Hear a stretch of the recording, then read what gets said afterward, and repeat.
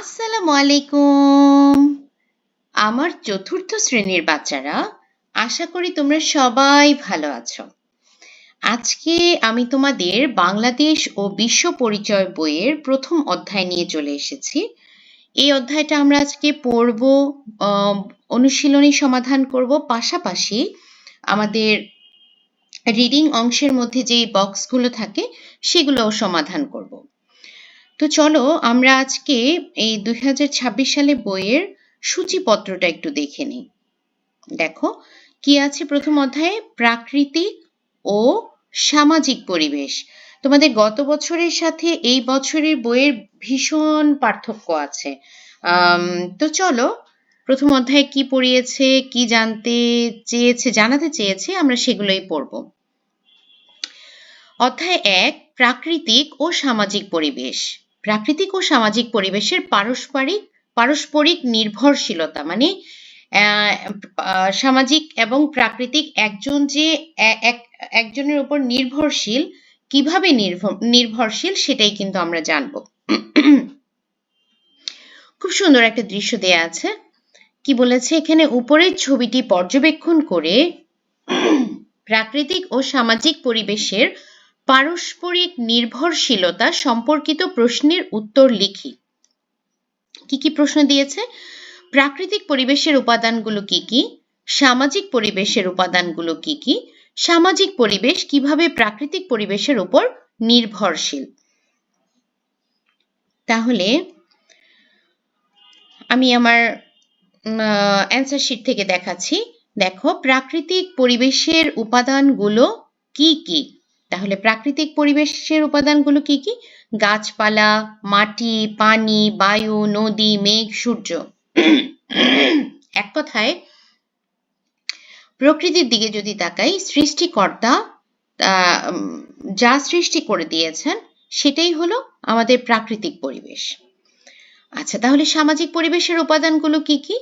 রাস্তাঘাট, ঘরবাড়ি, বিদ্যালয় ইত্যাদি।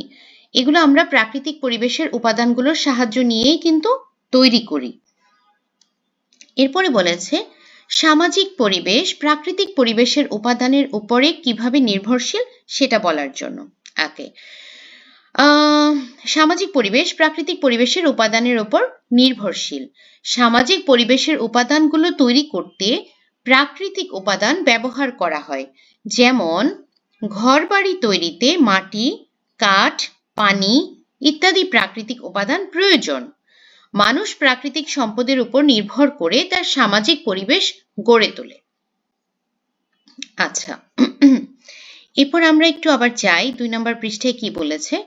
পরিবেশ আমাদের জীবন জীবিকা নির্বাহে উল্লেখযোগ্য ভূমিকা রাখে। আমাদের পোশাক আশাক, খাবার দাবার, চাল চলন অনেকটাই পরিবেশ প্রকৃতির উপর নির্ভরশীল। যেমন শীতে একটু রোদ পেলে আনন্দ পাই, গরমে রোদ থেকে দূরে থাকার চেষ্টা করি। প্রচণ্ড গরমে গাছের ছায়ায় শান্তি পাই। গাছপালা তাপমাত্রা কমিয়ে পরিবেশকে সতেজ ও আরামদায়ক করে তোলে। নির্মল বাতাস নেওয়ার জন্য আমরা শহর থেকে দূরের কোনো সবুজ ঘেরা প্রকৃতিতে বেড়াতে যাই।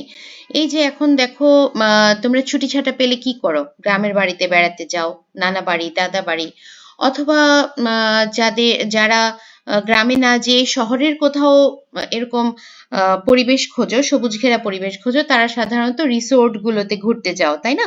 তো আমরা কি করি? নির্মল বাতাস নেওয়ার জন্য কিন্তু শহর থেকে দূরের কোনো সবুজ ঘেরা প্রকৃতিতে বেড়াতে যাই। আচ্ছা, যে যানবাহনে ভ্রমণ করি তা আবার চলে তেল, বিদ্যুৎ বা গ্যাসে। প্রকৃতি এসব জ্বালানি সরবরাহ করে, তবে জ্বালানির এই মজুদ অফুরন্ত নয়, একদিন শেষ হয়ে যাবে। আচ্ছা, সূর্য সকল শক্তির উৎস। আমরা পরিবেশ বান্ধব সৌরশক্তি বিভিন্ন কাজে ব্যবহার করে থাকি। সূর্যের আলো সবুজ উদ্ভিদের খাবার তৈরির অন্যতম উপাদান। আবার এই সবুজ উদ্ভিদই অনেক প্রাণীর খাবার। তোমরা কি বুঝতে পারছো কিভাবে একজন একজনের উপরে যে নির্ভরশীল? উদ্ভিদ জন্মাতে মাটি দরকার। মাটি ছাঁকনির মতো কাজ করে বৃষ্টির পানিকে বিশুদ্ধ করে ভূগর্ভে জমায়। এই পানি আমরা পান করি। কৃষক এই মাটিতেই ফসল ফলায়। তারা মাটির যত্ন নেন, আবার কীটনাশক ব্যবহার করে মাটি দূষিত করে। আমরা অনেকেই ইট তৈরির জন্য মাটি বিক্রি করি। এতে মাটি নষ্ট হয়। যেখানে সেখানে পলিথিন বা প্লাস্টিকের জিনিসপত্র ফেলে মাটি নষ্ট করি। এছাড়া উপকূলীয় অঞ্চলে বাঁধ দিয়ে চিংড়ি চাষ মাটির লবণাক্ততা বাড়ায়। ফলে ফসল উৎপাদন ও বিশুদ্ধ পানির উৎস কমে যাচ্ছে। হাওর, বাঁওড়, নদী নালায় প্রচুর মাছ পাওয়া যায়। ফলে এসব এলাকায় মৎস্য ভিত্তিক অর্থনৈতিক কর্মকাণ্ড গড়ে ওঠে। মানুষ মাছ ধরে নিজের চাহিদা মেটায় এবং অনেকে তা বিক্রি করে অর্থ উপার্জন করে। কেউ নৌকা চালিয়ে জীবিকা নির্বাহ করে। কিন্তু এইসব জলাশয় আজ হুমকির মুখে। ময়লা আবর্জনা ফেলার কারণে পানি দূষণ উদ্বেগজনকভাবে বাড়ছে। একইভাবে নগরায়ন, প্রযুক্তির উন্নয়ন ইত্যাদির ফলে বেড়ে যায় বায়ু দূষণ। বায়ু দূষণে বাড়ছে রোগ ব্যাধি, ব্যাহত হচ্ছে ফসল উৎপাদন, কমছে মানুষের স্বাভাবিক আয়ু। ঘর থেকে বের হলেই দেখবে যে প্রচুর ধুলাবালি, তারপরে হলো গাড়ির কালো ধোঁয়া, কলকারখানার যে চিমনি আছে সেখান থেকে কালো ধোঁয়া আসছে। সব মিলিয়ে আসলে আমাদের যে বায়ু এত বাজেভাবে দূষিত হয়ে আছে, তো এইভাবে আসলে কিন্তু সুস্থ থাকাটা ভীষণ কঠিন একটা ব্যাপার। আচ্ছা, রিডিংয়ে ফিরে যাই। আবার জনসংখ্যা বৃদ্ধির ফলে খাদ্য, পানি, বাসস্থান, জ্বালানি ইত্যাদির চাহিদা বাড়ছে। নদী দখলের ফলে পরিবর্তিত হচ্ছে নদীর গতিপথ, কৃষি জমির রূপ এবং ধ্বংস হচ্ছে বন। এতে বনের উপর নির্ভরশীল মানুষের ভোগান্তি বাড়ছে। বাড়ি বা আসবাবপত্র তৈরির উপকরণ দুষ্প্রাপ্য হয়ে পড়ছে। অন্যদিকে পাহাড়ের মাটি ও গাছ কাটার ফলে কি হচ্ছে? ভূমিধস হচ্ছে। এতে মাটি চাপা পড়ছে ঘরবাড়ি, গৃহপালিত পশু, এমনকি মানুষও। শুধু মানুষ নয়, পাহাড় ও বন ধ্বংসে চরম বিপদে আছে বন্যপ্রাণী। আশ্রয় ও খাবারের অভাবে কোনো কোনো প্রাণী পৃথিবী থেকে চিরতরে হারিয়ে গেছে। যেমন দেখো, ডাইনোসর কিন্তু এখন পৃথিবীতে নাই। তারপরে ডোডো বার্ড, তারপরে হলো এরকম অনেকগুলো আছে যারা এখন পৃথিবী থেকে কিন্তু বিলুপ্ত হয়ে গেছে। আবার কোনো প্রাণী বিলুপ্ত হওয়ার পথে, মানে এন্ডেঞ্জার্ড, রাইট? যেমন আমাদের হলো রয়্যাল বেঙ্গল টাইগারও কিন্তু বিলুপ্ত হওয়ার পথে। এটার যদি আমরা এখনই ঠিকমতো ওদের পরিচর্যা না করতে পারি, তাতে কিন্তু যে কোনো সময় সেটা বিলুপ্ত হয়ে যাওয়ার সম্ভাবনা থাকে। প্রাকৃতিক পরিবেশের এই ব্যাপক পরিবর্তনের জন্য মানুষই দায়ী। তাই পরিবেশ সংরক্ষণে আমাদের সবার সচেতন হওয়া প্রয়োজন। উপরের অনুচ্ছেদটি পড়ে আমরা প্রকৃতির কোন কোন উপাদানের উপর নির্ভরশীল তার একটা তালিকা তৈরি করি। আচ্ছা, তাহলে তোমরা একটু ভেবে দেখো, প্রকৃতির কোন কোন উপাদানের উপরে আমরা আসলে নির্ভরশীল। মাটি, পানি, সূর্য, গাছপালা, বায়ু, নদী-নালা, জলাশয়, বন, পাহাড় সবকিছুর উপরই কিন্তু আমরা নির্ভরশীল। আচ্ছা, উপরে তৈরিকৃত তালিকা পর্যালোচনা করে নিচের ছকটি পূরণ করি। তাহলে এখানে কি বলেছে? কিছু উপাদানের নাম লিখতে হবে এবং এগুলো থেকে আমরা কিভাবে উপকৃত হই সেটা লিখতে হবে, আর এগুলো না থাকলে আমাদের কি সমস্যা হতো সেটা লিখতে হবে। তো মাটি এখানে লিখে দিয়েছে, মাটিতে আমরা ফসল ফলাই, মাটি ছাঁকনির মতো কাজ করে পানি বিশুদ্ধ করে, আর না থাকলে কি হতো? খাদ্য ও বিশুদ্ধ পানির সংকট হতো। আচ্ছা, পানি আমরা কিভাবে উপকৃত হচ্ছি? পানি আমরা পান করা, রান্না, চাষাবাদ, মাছ ধরা ও জীবিকা নির্বাহ। না থাকলে কি সমস্যা হতো? পানির অভাব হতো, রোগ ব্যাধি ও কৃষিকাজ ব্যাহত হতো। এরপরে 3 নম্বরে আছে সূর্য। আলো ও তাপ দেয়, সৌরশক্তি পাওয়া যায়, উদ্ভিদের খাবার তৈরিতে সাহায্য করে। তো না থাকলে কি হতো? অন্ধকার, ঠান্ডা ও খাদ্য উৎপাদন বন্ধ হতো। এরপরে আছে হলো গাছপালা। গাছপালা আমাদেরকে কি দিচ্ছে? অক্সিজেন দেয়, খাদ্য ও ছায়া দেয়, তাপমাত্রা কমায়। না থাকলে কি হতো? বাতাস দূষিত হতো, খাদ্য ও অক্সিজেনের অভাব হতো। আচ্ছা, তোমাদের বইতে দিয়েছে আসলে 5টা। আমি আরো কয়েকটা লিখেছি এটা জানার জন্য। তো বায়ু কি করছে, আমাদেরকে শ্বাস প্রশ্বাসে সাহায্য করে, জীবন ধারণ সম্ভব হয়, না থাকলে কি হতো, মানুষ প্রাণী বাঁচতে পারতো না। নদী নালা ও জলাশয়, এখানে কি এটা থাকাতে কি সুবিধা হয়েছে, মাছ পাওয়া যায়, যাতায়াত ও অর্থনৈতিক কর্মকাণ্ড করা যায়, আর না থাকলে কি হতো, মৎস্য সম্পদ নষ্ট হতো, জীবিকা হারাতো বা কমে যেত। বন, কাঠ, জ্বালানি, বন্যপ্রাণীর আবাসস্থল, আর না থাকলে কি হতো, পরিবেশের ভারসাম্য নষ্ট হতো।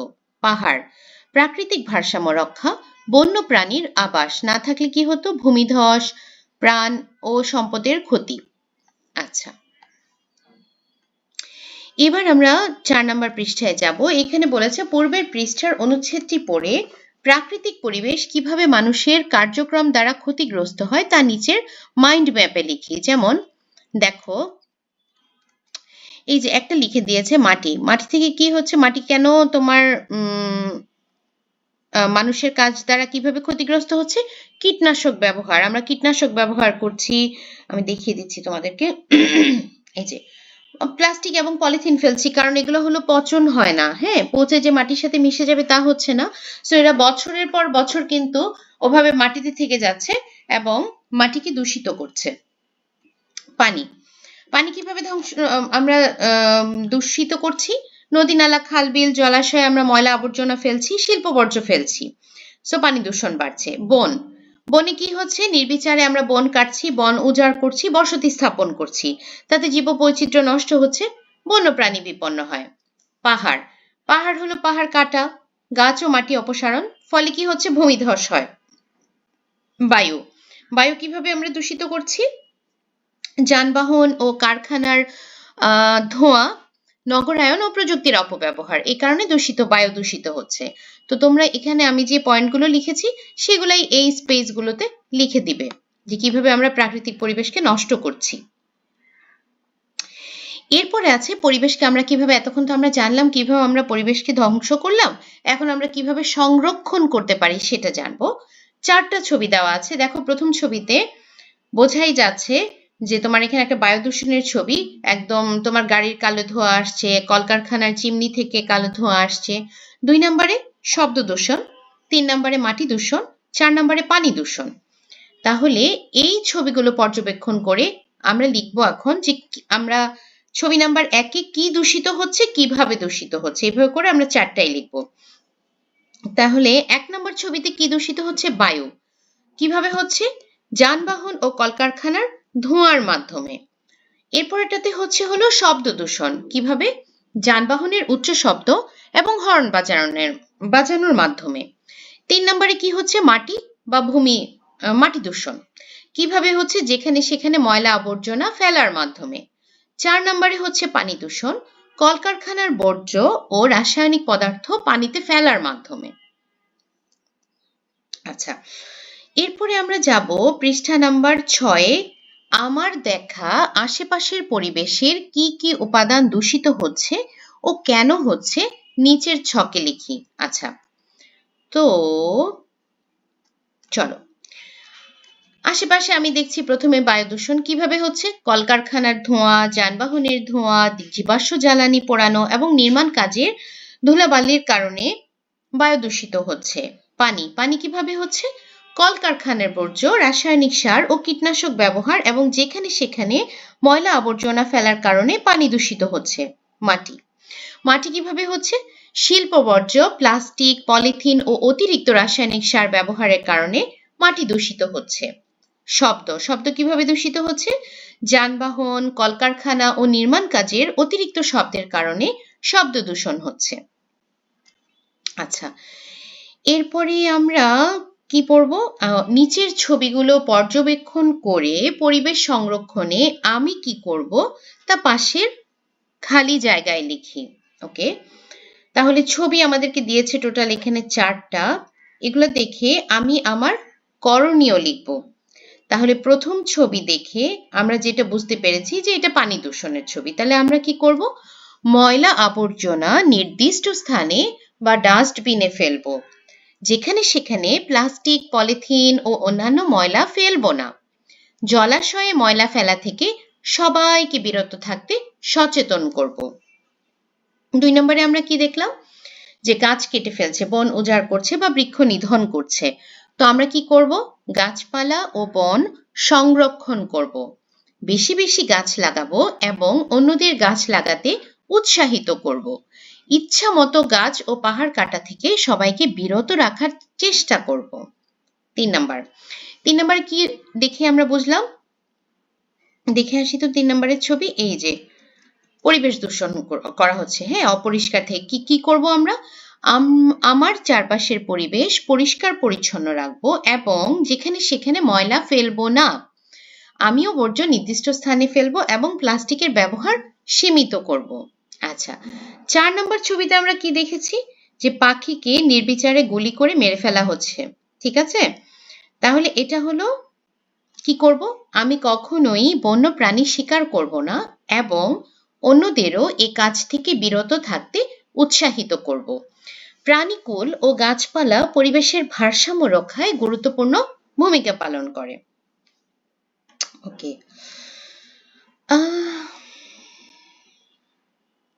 এখানে একটা চার্ট দিয়েছে যে বিদ্যালয়ের পরিবেশ সংরক্ষণে সারা বছরের জন্য একটি পরিকল্পনা তৈরি করি। এটা তোমরা স্কুলে করতে পারবে। তারপর আমি একটু মুখে মুখে বলে দিই, যেমন বিদ্যালয়ের আঙিনা কখন করব, প্রতি সপ্তাহে করব। যারা কাজটি করব, কারা করব, আমরা শিক্ষার্থীরা কাজটি করব। সহায়তা কে করবে, শ্রেণী শিক্ষক সহায়তা করবে। আবার আমাদের শ্রেণীকক্ষ, এটা আমরা প্রতিদিন পরিষ্কার করব। কারা করব, আমরা শিক্ষার্থীরা করব। কে আমাদেরকে সহায়তা করবে, আমাদেরকে শ্রেণী শিক্ষক সহায়তা করবে। বৃক্ষরোপণ আমরা একবার মাসে করতে পারি অথবা সপ্তাহে করতে পারি। আবার বাগান করা, এটাও এরকমই সপ্তাহ বা মাসে করতে পারি। এভাবে করে আমরা পুরো বছরের জন্য একটা পরিকল্পনা তৈরি করব। এখন আমরা যাব অনুশীলনীতে। অনুশীলনীতে আমাদের আছে সঠিক উত্তর, শূন্যস্থান পূরণ, সত্য মিথ্যা, সংক্ষিপ্ত এবং বর্ণনামূলক প্রশ্ন। তো কি বলেছে, নিচের কোনটি পরিবেশকে সতেজ ও আরামদায়ক করে? গাছপালা। তোমরা দেখবে যে যেখানে গাছপালা বেশি সেখানে গেলে দেখবা যে নিঃশ্বাস নিতেই খুব একটা আরাম লাগে এবং ওখানে খুব বেশি অতিমাত্রায় গরম থাকে না, একটা সহনশীল তাপমাত্রা কিন্তু সেখানে থাকে। বায়ু দূষণের কারণ কোনটি? নগরায়ন। আচ্ছা, সঠিক শব্দ দিয়ে শূন্যস্থান পূরণ করি। প্রাকৃতিক জ্বালানির মজুদ অফুরন্ত নয়। পাহাড় ও গাছ কাটার ফলে ভূমিধস হয়। এখানে দাগটা পড়েনি, এটা নিচে দাগ হবে। মাটি ছাঁকনির মতো কাজ করে বৃষ্টির পানিকে বিশুদ্ধ করে।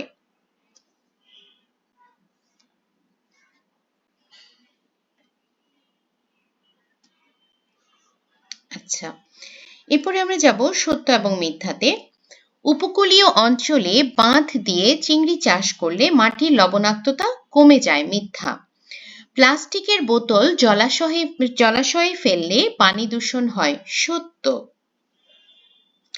সৌরশক্তি ব্যবহার পরিবেশের জন্য ক্ষতিকর। মিথ্যা। প্রাকৃতিক পরিবেশের সংরক্ষণ আমাদের কর্মকাণ্ডের উপর নির্ভর করে। সত্যি। আচ্ছা, এখন পড়ব সংক্ষিপ্ত প্রশ্ন উত্তর। আমাদের জীবনে সূর্য কিভাবে গুরুত্বপূর্ণ ভূমিকা রাখে? সূর্য পৃথিবীর সকল শক্তির প্রধান উৎস। সূর্য আমাদের আলো ও তাপ প্রদান করে, যার ফলে পৃথিবীতে জীবন সম্ভব হয়। সূর্যের আলোতে সবুজ উদ্ভিদ খাদ্য তৈরি করে এবং সেই খাদ্যের উপর মানুষ ও প্রাণী নির্ভরশীল। এছাড়া সৌরশক্তি ব্যবহার করে বিদ্যুৎ উৎপাদন করা যায়, যা পরিবেশ বান্ধব। চোখ বন্ধ করে একটু চিন্তা করে দেখো, সূর্য ছাড়া কি আসলে বাঁচা সম্ভব? কোনোভাবেই কিন্তু আসলে সূর্য ছাড়া সার্ভাইভ করা পসিবল না। তো সূর্য আমাদের জীবনে আসলেই কিন্তু অনেক গুরুত্বপূর্ণ ভূমিকা রাখে। এরপর আমরা পড়ব মাটি দূষণের 3টি কারণ লেখো। মাটি দূষণের কারণ দেওয়া হলো: 1. অতিরিক্ত কীটনাশক ও রাসায়নিক সারের ব্যবহার। বাঁকা হয়ে গেছে। আধুনিক কৃষিতে অতিরিক্ত রাসায়নিক সার, কীটনাশক এবং আগাছানাশক ব্যবহার করা হয়, যা মাটির উপকারী অণুজীব ও পুষ্টি উপাদান ধ্বংস করে মাটিকে দূষিত করে তোলে। প্লাস্টিক ও পলিথিন মাটিতে ফেলা। আমাদের দৈনন্দিন জীবনের প্লাস্টিক, পলিথিন ও অন্যান্য অপচনশীল বর্জ্য মাটিতে ফেললে আমাদের দৈনন্দিন জীবনে ফেললে তা সহজে পচে না, ফলে মাটির গুণাগুণ নষ্ট হয়।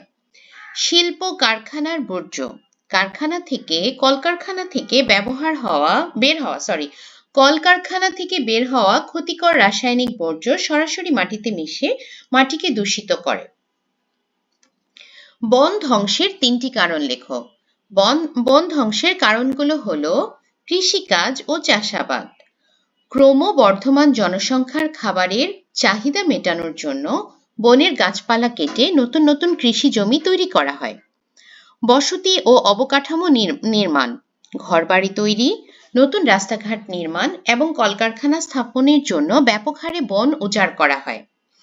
আসবাবপত্র ও জ্বালানি, ঘর সাজানোর আসবাবপত্র তৈরি এবং রান্নার কাজে জ্বালানি হিসেবে ব্যবহারের জন্য প্রতিনিয়ত প্রচুর গাছ কাটা হয়। আচ্ছা, আমাদের অর্থনীতিতে পানি সম্পদের 3টি গুরুত্ব লেখো। পানি সম্পদ আমাদের জীবনে অত্যন্ত গুরুত্বপূর্ণ। নদী, খাল, বিল ও হাওর থেকে আমরা মাছ পাই, যা আমাদের খাদ্যের বড় উৎস। কৃষিকাজের জন্য পানির প্রয়োজন হয়। এছাড়া নদীপথে নৌ পরিবহন পরিচালিত হয় এবং বহু মানুষ এই পানি সম্পদের উপর নির্ভর করে জীবিকা নির্বাহ করে।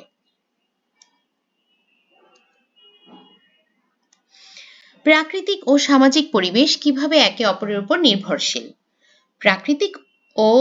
প্রাকৃতিক পরিবেশ মানুষের জীবন ধারণের মূল ভিত্তি। মানুষ বেঁচে থাকার জন্য খাদ্য, পানি, বায়ু, জ্বালানি ও বাসস্থানের প্রয়োজন হয় এবং এসব প্রায় সবই প্রকৃতি থেকে পাওয়া যায়।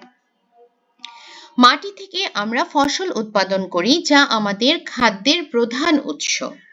নদী, খাল, বিল ও হাওর থেকে মাছ পাওয়া যায়, যা আমাদের পুষ্টি ও জীবিকার একটি গুরুত্বপূর্ণ অংশ। বন থেকে আমরা কাঠ, ফলমূল, জ্বালানি ও অক্সিজেন পাই, যা মানুষের দৈনন্দিন জীবনে অপরিহার্য। অন্যদিকে সামাজিক পরিবেশ গড়ে ওঠে মানুষের বিভিন্ন কর্মকাণ্ডের মাধ্যমে। কৃষিকাজ, শিল্প কারখানা স্থাপন, নগরায়ন, যানবাহন চলাচল, বিদ্যুৎ উৎপাদন সব ক্ষেত্রেই মানুষ প্রাকৃতিক সম্পদ ব্যবহার করে। কিন্তু মানুষের এই সামাজিক কর্মকাণ্ড প্রাকৃতিক পরিবেশের উপর সরাসরি প্রভাব ফেলে। অতিরিক্ত গাছ কাটা, শিল্প বর্জ্য ফেলা, যানবাহনের ধোঁয়া ও প্লাস্টিক ব্যবহার প্রাকৃতিক পরিবেশকে দূষিত করে। ফলে বায়ু, মাটি ও পানি দূষিত হয় এবং পরিবেশের ভারসাম্য নষ্ট হয়। লাস্টে লিখে দিতে পারো যে এতে করে বোঝা যায় যে প্রাকৃতিক ও সামাজিক পরিবেশ একে অপরের উপর নির্ভরশীল। আচ্ছা, প্রাকৃতিক পরিবেশ সংরক্ষণে তোমরা কি কি ভূমিকা পালন করবে তা লেখো। প্রাকৃতিক পরিবেশ সংরক্ষণে একজন সচেতন নাগরিক হিসেবে আমার গুরুত্বপূর্ণ ভূমিকা রয়েছে, অথবা এটা যদি তুমি চাও যে আমরা দিয়ে লিখবো যে আমরা গুরুত্বপূর্ণ ভূমিকা পালন করব, তাহলেও হবে। তখন প্রত্যেকটা পয়েন্টে আমি না লিখে আমরা লিখতে হবে। আমি আমার চারপাশের পরিবেশ পরিষ্কার পরিচ্ছন্ন রাখবো এবং যেখানে সেখানে ময়লা আবর্জনা ফেলবো না। প্লাস্টিক ও পলিথিনের ব্যবহার কমাবো এবং পরিবেশ বান্ধব পণ্য ব্যবহার করার চেষ্টা করব। আমি বেশি বেশি গাছ লাগাবো এবং গাছ কাটতে অন্যদের নিরুৎসাহিত করব। গাছ পরিবেশের ভারসাম্য রক্ষা করে, বায়ু দূষণ করে এবং তাপমাত্রা নিয়ন্ত্রণে সাহায্য করে। এই বিষয়ে সবাইকে সচেতন করব। পানি ও বিদ্যুৎ অপচয় করব না এবং প্রয়োজন অনুযায়ী ব্যবহার করব। সম্ভব হলে সৌরশক্তির মতো নবায়নযোগ্য শক্তি ব্যবহারে উৎসাহিত করব।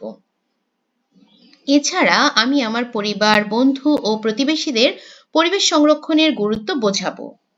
পরিবেশ দূষণ রোধে সবাইকে সচেতন করা এবং ভালো অভ্যাস গড়ে তুলতে উৎসাহিত করাও আমার দায়িত্ব। এরকম উদ্যোগের মাধ্যমে আমি প্রাকৃতিক পরিবেশ সংরক্ষণে দায়িত্বশীল ও কার্যকর ভূমিকা পালন করব। তো ছোট্ট বন্ধুরা, আমাদের প্রথম অধ্যায় পড়া হয়ে গেছে, বোঝা হয়ে গেছে এবং বক্সগুলো সমাধান করা হয়ে গেছে। আশা করি তোমরা এখন ভালো মতো এই অধ্যায়টা বুঝতে পারবে। খুব সহজ একটা অধ্যায়, কারণ হলো প্রাকৃতিক এই পরিবেশের যে দূষিত হচ্ছে বা ক্ষতিকর যে প্রভাবগুলো পড়ছে, এগুলো কিন্তু আমরা প্রতিনিয়ত ঘর থেকে বের হলে চারপাশে তাকালেই কিন্তু বুঝতে পারি। তো আজকের মতো এখানে শেষ করি। আমার বাচ্চারা, তোমরা সবাই সুস্থ থাকো এই দোয়া করি। আমার জন্য তোমরা দোয়া করবে এবং যারা যারা এখন পর্যন্ত সাবস্ক্রাইব করনি অবশ্যই একটু সাবস্ক্রাইব করে দিবে। আল্লাহ হাফেজ।